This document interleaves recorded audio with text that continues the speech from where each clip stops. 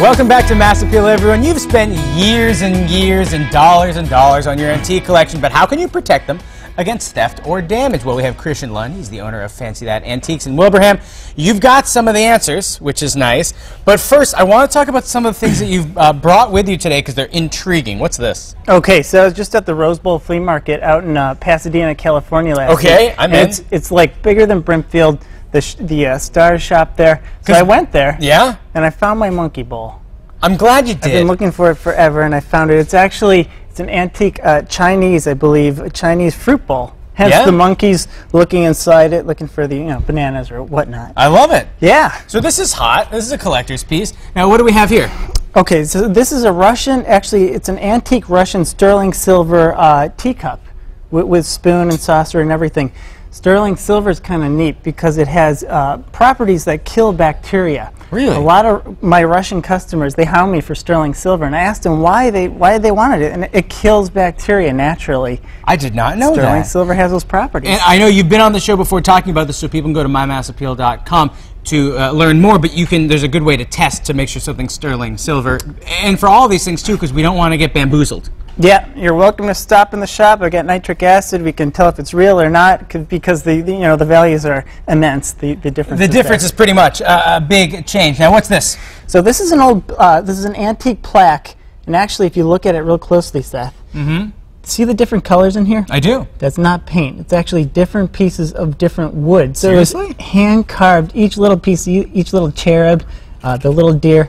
It's called marquetry. And this was done by a master craftsman back in probably 1840 in Italy. That beats a big box store piece. Yeah, every absolutely. Single day, yeah, right? And this is why you want to cover your butt when you're talking about insurance. All right. Because believe me, I've been through this, and it's not fun if you don't cover really what you have. You got to. So let's pretend that at home someone has something that's really nice. First step that they do, they get it appraised. Yeah, one of the first things you can do is actually, you can take pictures of really everything you have, just to prove, that even if you don't have the appraisal, you got your camera on your phone, so you can take pictures. The second thing to do is find an appraiser, and not somebody that just kind of knows the general knowledge of antiques, but specializes. Say, if you have a collection of jewelry, go to somebody like jewelry guy or an antique guy for your antiques. Don't skimp when it comes to, if you call them, say, how much do you charge? And like, oh, $20 an hour.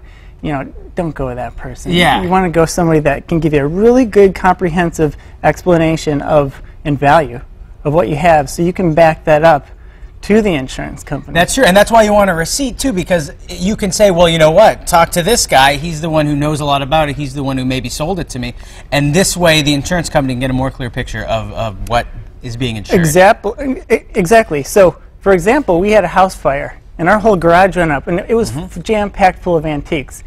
I didn't have pictures, I had some, but I'm an appraiser, so I had all that, but I had all the paperwork filed off the site, so I could actually prove it, and travelers couldn't give me a check quick enough, even though they're lagging on some other things that, because they pull these loopholes. Even though you're covered, you're not covered unless you can prove it. So just cover yourself and prove it. The other nice thing about a value is appraised, and in the antique world, things go up and down. Things are hot, then they're not, then they're hot again. But when you get something appraised, that value sticks no matter what happens. Yeah, I learned, and I don't know if it's standard in the insurance industry, but insurance cannot depreciate antiques, and that's kind of cool. They tried to depreciate some car tires I had and this and that, and I understand that. But when it comes to antiques, they don't really lose value in the insurance person's insurance eyes. So antiques go up in value. So lastly, when you have your whole garage full of stuff, you've taken the pictures, you've had it appraised,